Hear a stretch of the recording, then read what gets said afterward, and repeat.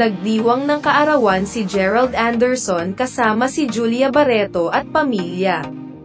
Si Gerald Anderson ay naging mas matanda ng 1 taon noong nakaraang linggo at ipinagdiwang ang milestone na ito kasama ang pamilya ng kanyang kasintahang si Julia Barreto.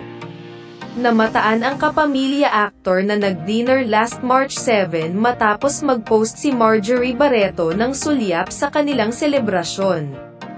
Si Gerald ay naging 35 taong gulang noong ika-7 ng Marso.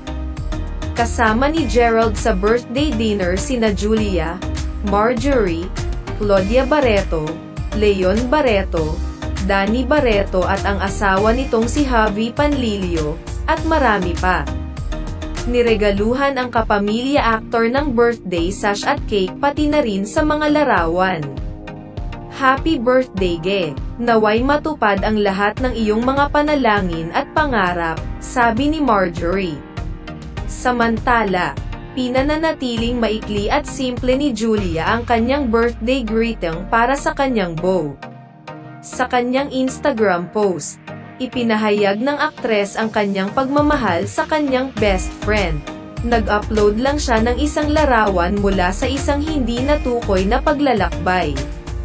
Maligayang kaarawan sa aking pinakamatalik na kaibigan, isinulat niya.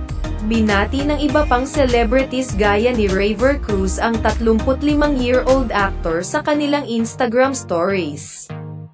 MVP on and off the court kapatid ko, happy birthday sa'yo idol. Proud na proud ako sa'yo sa lahat ng mga na-achieve mo at sa lahat ng mga taong na-inspire mo along the way. Isa ka sa mga taong totoo at napakabuti ng puso. Mahal kita brother, alam mo naman yun, enjoy ka and God bless you always Team Captain, Raver wrote. Noong nakaraang taon nang magdiwang ng kaarawan sina Gerald at Julia sa Europe.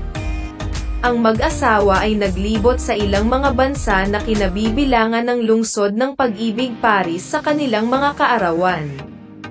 Ang magkasintahan ay naging pribado tungkol sa kanilang relasyon, ngunit patuloy na nagbabahagi ng ilang piraso ng kanilang buhay sa kanilang mga tagahanga paminsan-minsan.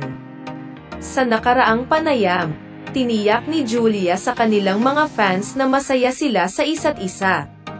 I guess we're able to create a private bubble of ours na hindi na nila alam kung ano masyadong nangyayari sa partnership namin. I think that's also a conscious effort on our end na talagang protektahan.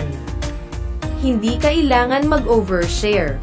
Hindi dapat bawat galaw alam ng lahat, so siguro that's why they think that, she previously shared.